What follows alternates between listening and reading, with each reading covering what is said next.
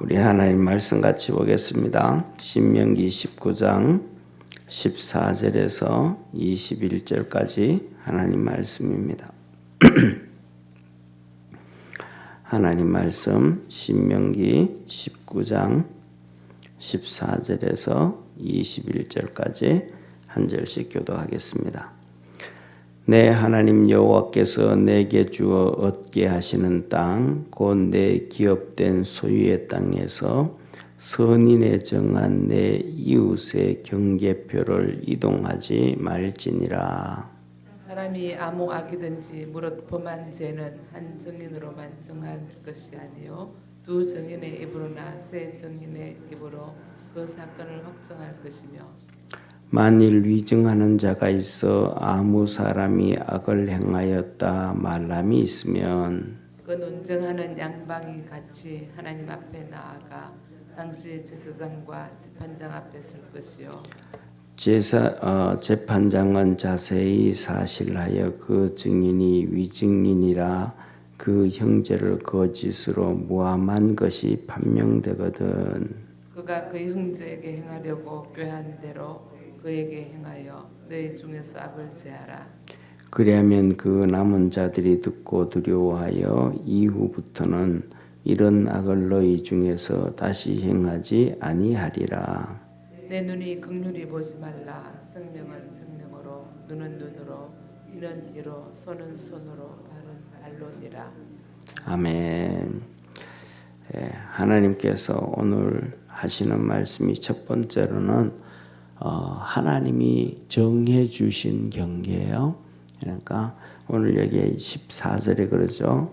내 하나님 여호와께서 내게 주어 얻게 하시는 땅, 곧 내 기업된 소유의 땅에서 선인에 정한 내 이웃의 경계표를 이동하지 말지니라.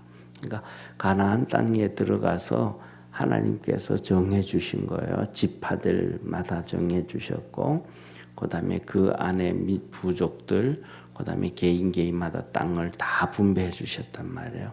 그 땅 한 번, 그러니까 출애굽해서 가나안 땅에 들어갈 때 그 경계표가 한 번 딱 끝난 것이 그냥 영원하다라는 거예요. 그래서 이게 뭐냐면 이 때와 시기에 따라서 하나님 앞에서 신앙생활 정말로 잘해야 되는 걸 말씀하거든요.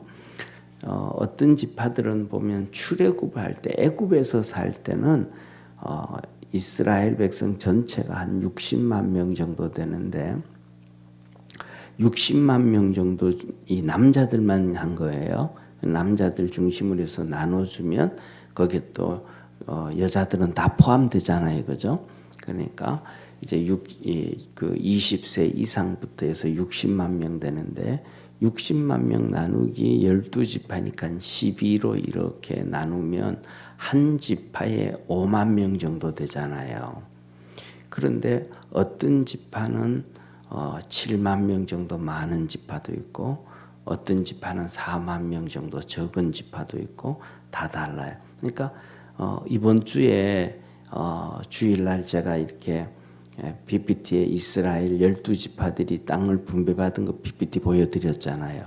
그 보여드렸을 때 므낫세 지파 같은 경우에는 땅이 어마어마하게 넓어요. 그러니까 므낫세 지파 같은 경우에는 그 땅이 얼마나 넓으냐면 이스라엘 전체로 비교하면 거의 뭐 한 3분의 1 가까이 되지 않을까 정도로 이 므낫세 지파는 이 땅이 어마어마하게 넓은 거거든요. 그런데 출애굽할 때 예를 들어서 뭐 6만 명 정도 되던 그 지파들이 광야 40년을 지나고 가나안 땅에 들어갈 때 되면 4만 명 정도로 줄어들어 버려요. 어떤 지파들은 또 출애굽할 때는 한 5만 명 정도 되어지다가 가나안 땅 들어갈 때는 6만 명 정도로 늘어나게 돼요. 이 광야에서 하나님 앞에서 심판을 받아가지고 줄어든 지파도 있고 하나님 앞에서 그 어려움 가운데서도 복을 받아가지고 늘어난 지파도 있어요. 그러니까 그 지파가 들어가서 딱 정해진 대로 그대로 그대로 나라가 망하기 전까지, 쉽게 말하면 예수님께서 이 땅에 오시고 십자가에 죽으시고 AD 70년에 로마에 의해서 망하기 전까지, 지금은 개인 소유가 다 돼서 흩어져 있지만은 그것 그대로다. 절대로 옮길 수 없다. 하나님이 주신 것이다. 그러니까 이 땅이 축복이 결정되어진 것이 광야 40년이에요. 광야 40년 동안 그 어려움 가운데서, 쉽게 말하면 뭐 먹을 것이 없다, 수박이 없다, 그다음에 뭐 고기가 없다 하면서 불평하다가 뱀한테 물려 죽은 사건들, 뭐 사람들 엄청나게 죽었죠. 또 간음을 하다가 연병으로 죽은 사건들, 그다음에 또 하나님 앞에 진노를 받아가지고 고라 자손들하고 또 합작해가지고 우리 돌아가자 그러면서 하다가 또 그들이 동시에 그냥 이렇게 뭐 땅이 입을 벌려서 다 삼켜버린, 그래서 땅이 수장을 시켜버린, 장사 지내버렸던 그런 사건들. 그래서 이 광야에 와서 힘들다고 어렵다고 불평하고 원망하다가 망한 지파들은 수가 훅 줄어들었겠죠. 그런데 그 어려움 가운데서도 하나님의 믿음으로 감사하면서 열심히 살았던 지파들은 또 수가 늘어나요. 그래서 뭐냐면 이 40년 출애굽할 때 한 60만 5천 명이나 또 가나안 땅 들어갈 때 40년 후에 이스라엘 백성을 세웠을 때 숫자나 거의 차이가 없어요. 40년 동안은 수가 늘어나고 줄어들지 않고 중간에 그냥 망해버려 가지고 줄어든 것밖에 없어요. 그러니까 출애굽 때하고 수가 비슷해요. 그러니까 출애굽 때 복을 이만침 받아가지고 그대로 들어갔다면 땅을 이만침 받았을 지파가 광야 동안 신앙생활 잘못해서 하나님의 심판받아서 쭈그러들고, 또 어떤 지파는 어려움 가운데서도 믿음으로 해서 이렇게 잘 되어진 지파들이 있어요. 그래서 그것을 절대로 너희들 마음대로 바꾸면 안 된다. 경계선을 바꾸면 안 된다. 그러셨어요. 이 말씀을 보면서 오늘 첫 번째 우리가 생각할 것은, 우리가 어려움 가운데 있고 힘든 가운데 있다고 해가지고 이것이 나쁜 게 아니구나. 그것을 통해서 오히려 하나님 앞에 복을 받을 수 있다라는 것을 기억할 수 있는 우리 축복의 성도가 되기를 축원합니다. 그래서 이 어려움 가운데서도 힘든 가운데서도 자꾸 이렇게 뭐 인간적인 관점으로 하면 불평이 나와요.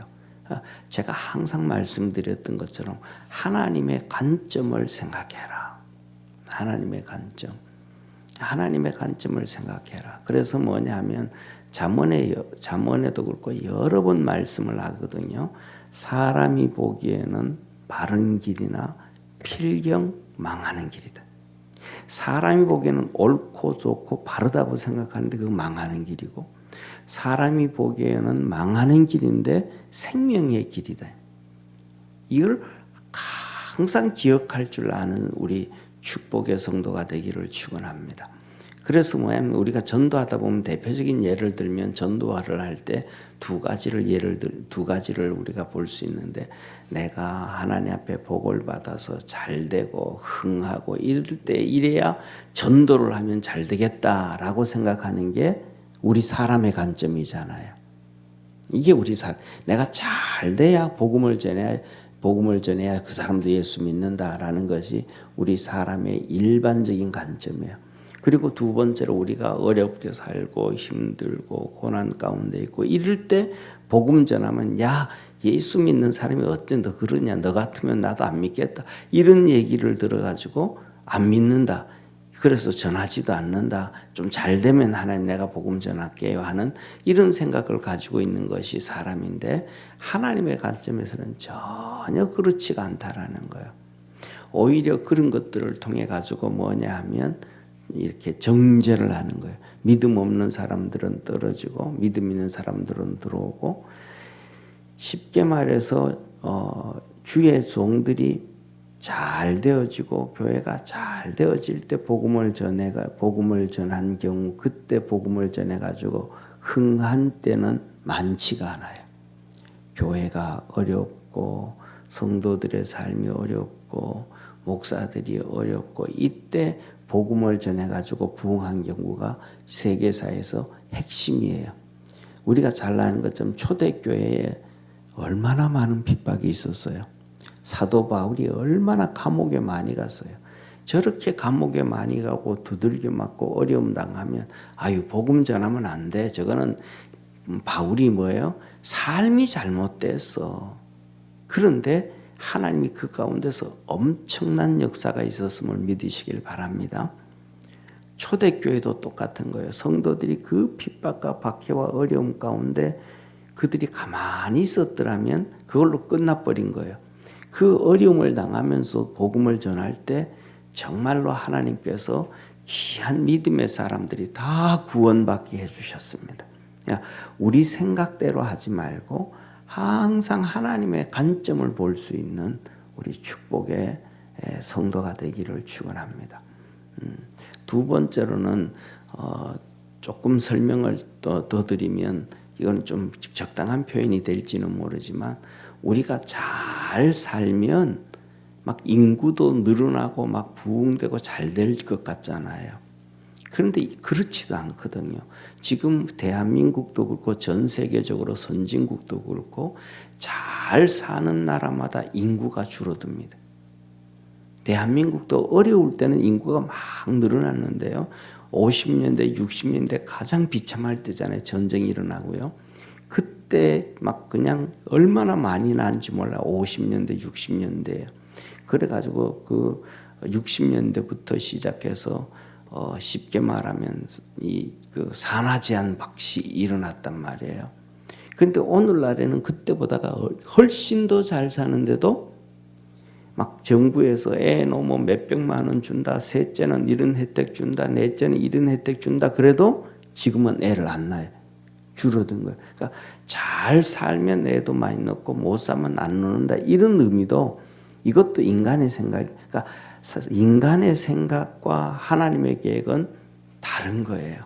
그래서 우리가 모든 것들을 볼 때 인간의 관점으로 보지 말고 내 관점으로 사람의 관점으로 보지 말고 하나님의 관점으로 자꾸 보려고 할 수 있는 우리 축복의 성도 되기를 축원합니다. 그 다음에 두 번째로 오늘 하나님이 하시는 말씀은 뭐냐 하면 증인에 대해서 얘기하는 거예요. 증인에 대해서 재판을 받고 죄를 짓고 그 다음에 또 이러한 증인에 대해서 말씀을 하시는데 첫 번째로 하나님이 하시는 증인은 절대로 한 명만 세우면 안 된다. 그래서 우리가 재판에서 법정에서 재판을 할 때도 전부 한 명만 놓고 저 사람 말이 맞다 그런 게 아니고 이 사람도 증인, 저 사람도 증인, 여러 명을 갖다 놓고 증인을 놓고 그 얘기를 다 들어서 판단을 해야 된다. 그래서 성경에서는 뭐냐 하면 한 명 증인으로는 절대로 안 된다. 두세 명의 증인이 꼭 필요하다. 그래 두세 명이 입을 맞추게 하면 안 되고 그 증인이 두세 명의 증인이 있어야 된다라고 합니다. 그러면서 세 번째로는 위증에 대해서 만일에 위증을 하게 되어졌을 때는 어떻게 될 것이냐. 그러면 그 사람을 첫째로는 위증을 하면 그 반대하는 사람이 있잖아요. 그죠? 위증을 하면 고소당한 사람은 아니다 하고 반박하잖아요. 그러면 그 두 사람을 동시에 하나님 앞에 세워라. 동시에 하나님 앞에 세워놓고 그 다음에 재판장과 그 다음에 재판장과 제사장을 동시에 놔둬라. 요새 말하면 이러한 방법이 뭐냐면 재판에 가면 이 형사법 같은 거 이런 거 할 때 보면 판사가 한 명이 아니잖아요. 판사가 3명씩 되잖아요. 그 다음에 대법원 같은 경우에 가면 판사가 7명씩 되잖아요. 더 많은 것들은 9명이 되어지고. 그러니까 판사가 한 명만 세워지는 게 아니고 두세 명이 세워져서 그들이 어떻게 다 똑같이 얘기하는가를 봐라. 그래서 재판장은 그 증인에 대해서 위증하는 사람에 대해서 자세하게 그냥 대충 넘어가지 말고 쉽게 말하면 한 가지 방법을 이렇게 보면 이 방법을 360도로 돌아가면서 볼 수 있잖아요. 이쪽으로 동쪽에서도 보고 서쪽에서도 보고 남쪽에서도 북쪽에서도 볼 수 있는 것처럼 그렇게 질문을 다 해서 그 위증을 찾아내라. 꼭 그냥 대충 하면 안 된다. 철저하게 하나님 앞에서 하는 것처럼 그 찾아내 가지고 그 위증에 대해서 벌을 꼭 줘라. 그러니까 나쁜 것만 벌을 죄 지은 자만 벌을 주는 것이 아니고 위증에 대해서도 꼭 벌을 줘라. 그렇게 하시는 거예요. 그러니까 이것을 비유로 말씀하면 오늘날 우리나라에 우리나라뿐만 아니에요. 미국도 전 세계가 그러는 거예요. 국회 청문회 할 때 보면 그 청문회 하는 때 보면 국회의원들 우리 전 세계에서 우리나라만큼 국회의원들이 권력을 가지고 있는 나라가 없습니다. 전 세계에서 최고의 권력을 가지고 있는 게 우리나라예요. 우리나라는 국회의원들 체포권도 없어요. 체포권도 없어요. 그냥 또 그다음에 임기가 거의 다 끝나요. 대통령도 우리나라는 탄핵이 되잖아요. 근데 국회의원은 탄핵도 안 돼요. 국회의원 한 명 되면 그 밑에 공무원이 최소한 10명 이상이 들어가고요. 어마어마한 권력을 누릴 수 있는 게 우리나라입니다. 그러니까 우리나라가 국회가 제일 타락되어져 있다고 얘기해도 돼요. 자기들 마음대로 하는 거니까. 또 그다음에 시의원도 똑같잖아요. 한 20년 전에 우리나라 민주주의 하면서 시의원 뽑으면서 국민들에게 도와주는 자다. 그러면서 시작을 해가지고는 월급도 없이 시작한다. 그래서 처음에 국민들 속이고 들어가가지고는 법을 만들 때 자기들이 다 법 만드는 거니까 들어가자마자 자기들이 연봉 예를 들어서 5천만 원씩 만들었다가 또 이것도 만들고 자기들의 복지 다 만들고 자기들 들어가면 밑에 또 공무원들 다 만드는 거 들어가고 시의원부터 전부 다 그렇게 되는 거예요. 그러니까 국회의원들이라든지 시의원들의 혜택에 대한 법은 그들이 절대로 못 만들도록 해야 되는 거예요. 자기들이 하는 거니까. 그러니까 이번에 예를 들면 이제 청문회 같은 거 한다 그래도 예를 들면 장관이 우리나라 누가 하기 청문회 하게 되어지면 여당은 항상 편들고 야당은 항상 반대하잖아요. 정권이 어느 정권이 되든지 간에 그건 안 된다는 거예요. 하나님이 무조건 정확하게 편들어주고 국회의원이 청문회 한다고 같은 당이라고 편들어주고 안다고 이러면 안 된다. 절대로 그런 건 하나님이 허용하지 않는다. 그런데 뭐냐면 중요한 것은 이 세상에서는 그렇게 한다 할지라도 그렇게 하고 난 다음에 하늘나라 가면 그것에 대해서 하나님 앞에서 다 심판을 받는다는 거예요. 왜냐하면 하나님이 그렇게 하지 말라 그랬는데 그들이 해냈잖아요. 그러니까 선악과도 따먹지 말라 그랬는데 따먹었을 때 벌을 받잖아요. 그러니까 그들이 지금은 다 자기들 편끼리 여당은 여당 편 들고 야당은 야당 편 들고 또 정권이 바뀌면 또 서로끼리 그렇게 하지만은 이 땅에서는 국민들의 눈을 속여가면서도 거짓한다 할지라도 하나님 앞에 가면 그거 다 벌받게 되어져 있다라는 사실입니다. 그래서 하나님께서는 절대로 그렇게 하지 말아라. 그리고 뭐냐면 하나님이 그러시잖아요.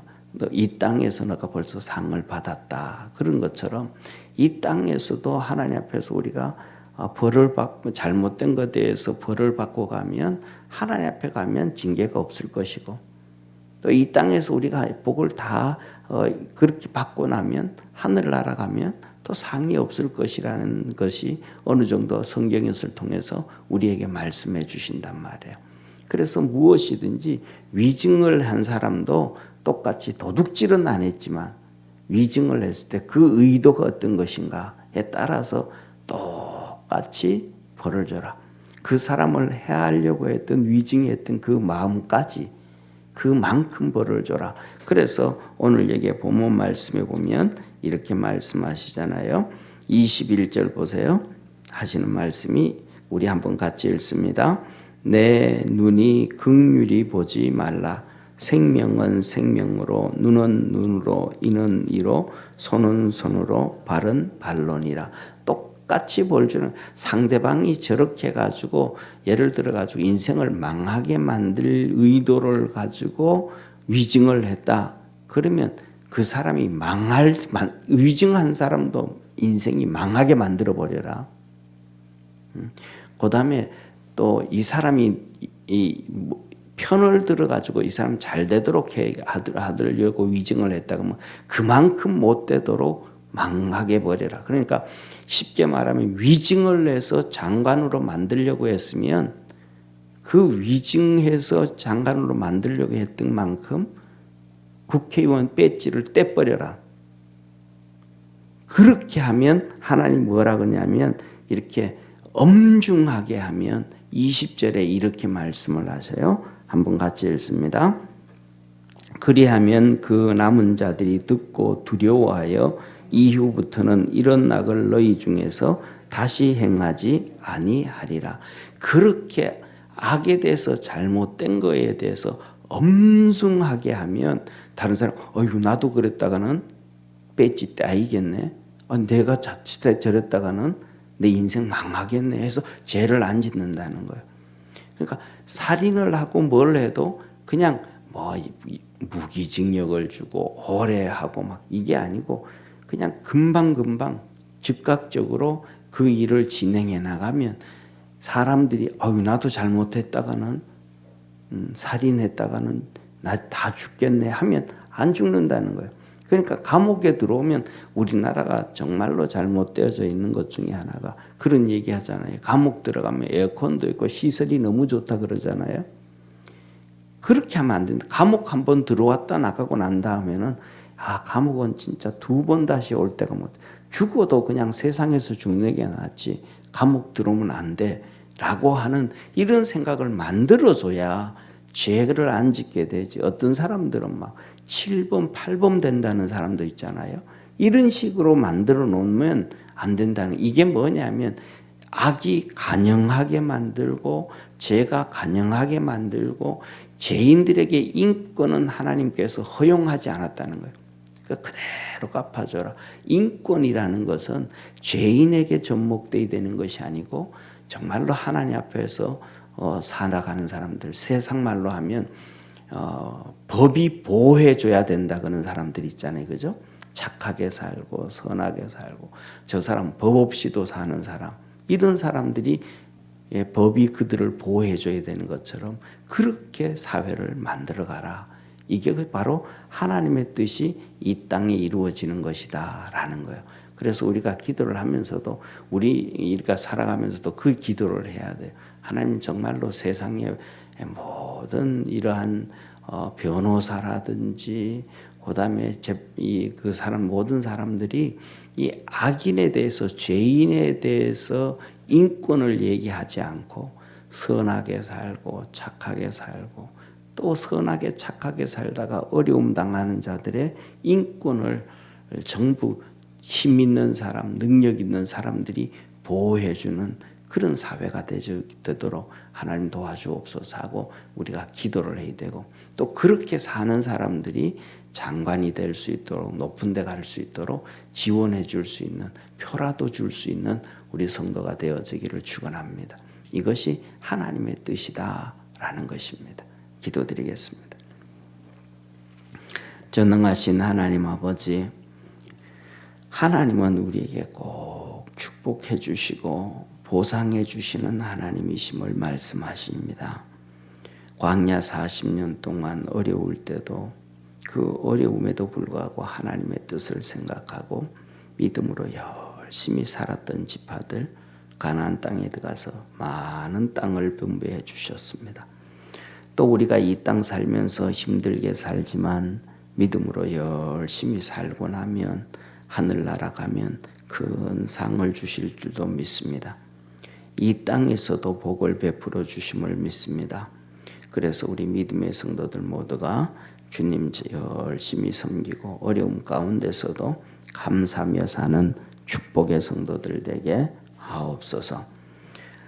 아버지, 이 세상이 악인에 대해서 위증에 대해서 말씀을 하시는데 하나님이 원하시는 그런 축복의 나라, 그래서 모든 사람들이 정말로 복되게 살아갈 수 있는 축복의 대한민국 되도록 복을 더하여 주시고 악이 틈타지 않게 하옵소서. 이 시간에도 하나님 강영숙 권사님 감사헌금 드립니다. 정상열 만남의 축복 주심에 감사하고 모든 행사 주님 주관하셔서 합력하여 선을 이루기를 원하며 예물드립니다. 주님께서는 만남을 통하여 하나님의 거룩한 역사를 이루어감을 믿습니다.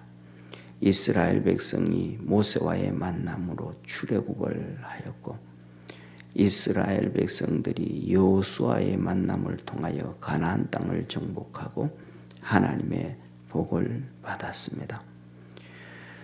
제자들이 예수님을 만나서 하나님의 거룩한 종이 되었고 전 세계에 복음을 전하였습니다. 우리 모든 믿음의 성도들에게도 만남의 축복을 통하여 하나님의 역사가 이루어지게 하시고 하나님께 영광을 돌리게 하시고 풍성한 복을 받을 수 있게 하옵소서. 우리 강영숙 권사님의 삶 속에도 만남을 통하여 주의 큰 은혜와 복이 있도록 날마다 지켜주시고 성령의 역사가 있게 하옵소서. 새벽마다 주 앞에 나와 기도하며 간구할 때 하나님께서 하늘 문을 여시고 땅에 기름진 곳으로 영적으로 성령의 충만함으로 축복해 주셔서 믿음 안에서 승리하도록 날마다 복 주시옵소서. 구원하신 주님께 감사하고 예수님의 이름으로 감사하며 기도드립니다. 아멘. 하늘에 계신 우리 아버지여, 이름이 거룩히 여김을 받으시오며 나라에 임하옵시며 뜻이 하늘에서 이룬 것 같이 땅에서도 이루어지리이다. 오늘날 우리에게 일용할 양식을 주옵시고 우리가 우리에게 죄진 자를 사하여 준 것 같이 우리 죄를 사하여 주옵시고 우리를 시험에 들게 하지 마옵시며 다만 악에서 구하옵소서. 대개 나라와 권세와 영광이 아버지께 영원히 쌓옵나이다. 아멘.